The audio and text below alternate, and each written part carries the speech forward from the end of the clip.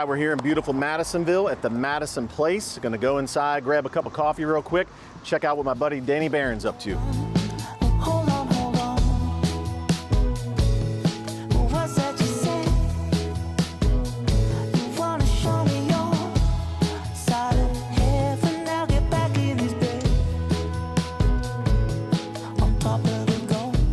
All right, we're here at the Madison Place, joined by my man Danny Barron, Keller Williams. Danny, welcome. Pleasure to be here, Ryan, as always. Yeah, my first time here. I got to admit, I'm thoroughly impressed. Great meeting spot, great coffee. Understand you're somewhat of a regular.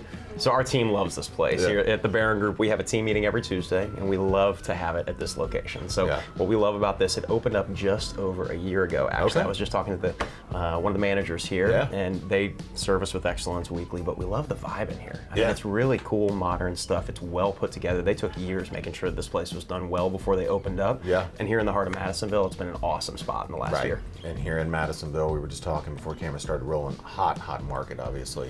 No longer up and coming.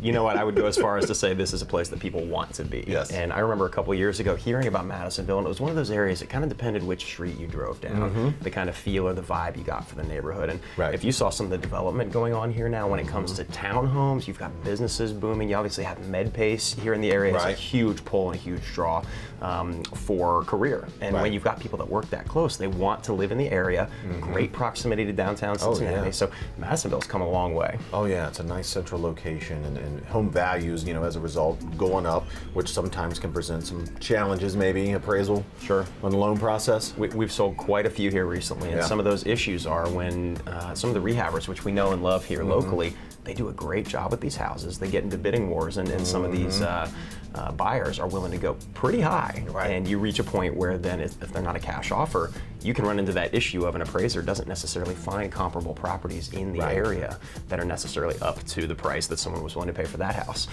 So something that we've run into again and again is for our sellers having to put together appraisal packets, which actually showcases the amount of offers that came in, and an appraiser is able to use that sometimes to better justify a sale. But I mean, you've got new builds going on in here just with unprecedented prices in the 3s and into the 4s now, which we just never would have dreamed of years ago. It's crazy. It's crazy. Good problem to have, certainly. But yeah, for the appraisers, it's tough because, you know, it's tough to be the first penguin into the water, so to speak.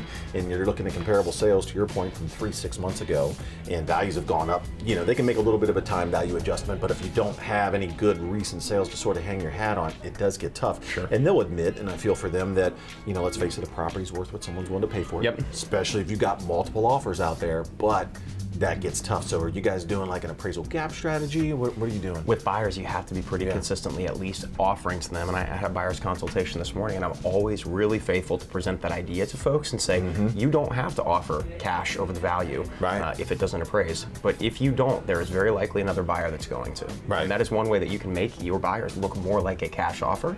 And when you want to win in this market, you've got to pull out some of those tips and strategies, or else you're going to fall short. Yeah, absolutely. I know we do a little bit of that on the lending side. Of course, it's nice and easy if someone's got the extra cash to put down the difference, you know, if the appraisal comes in a little bit short. But there's also some things you can do from a lending standpoint, maybe restructure the loan behind the scenes, maybe you add in some mortgage insurance, that type of thing, changes someone's payment just a little bit, but helps bridge that gap. And knowing going in, I'm sure you've seen this because I know we have, when you're in a multiple offer situation, being able to tell the listing agent that you have an appraisal gap strategy. You know, especially if you're up against a cash offer.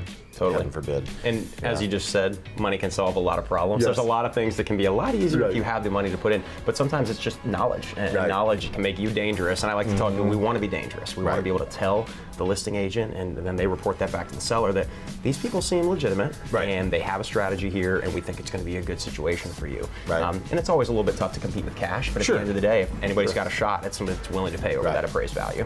Yeah, tough to compete with cash, but sometimes there might be some caveats in there. Maybe they want an inspection. Maybe they know they're going to come back and ask for repairs or something of that sort.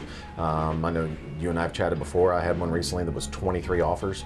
We were the 3rd highest in terms of price, but we won because we had an appraisal gap strategy and some other things going on. Those terms go a long so way. many moving parts. I think you're in an spot on offer. there. A lot of times, if you're a buyer making an offer, you might not realize it's not just about the number. Right. It's about the terms. It's Right. about inspections. It's about appraisal gap. It's about some of those things that are within your control. Sure. And even if somebody might be willing to go a little bit higher on price, you might still have a fighting chance if you're smart about those Highest terms. isn't always best. Agreed. You know, we've found. So, well, pleasure as always, my man. Thanks for being on. Appreciate it, man. Yep. And we're going to go check out what's going on in downtown Cincinnati. Talking about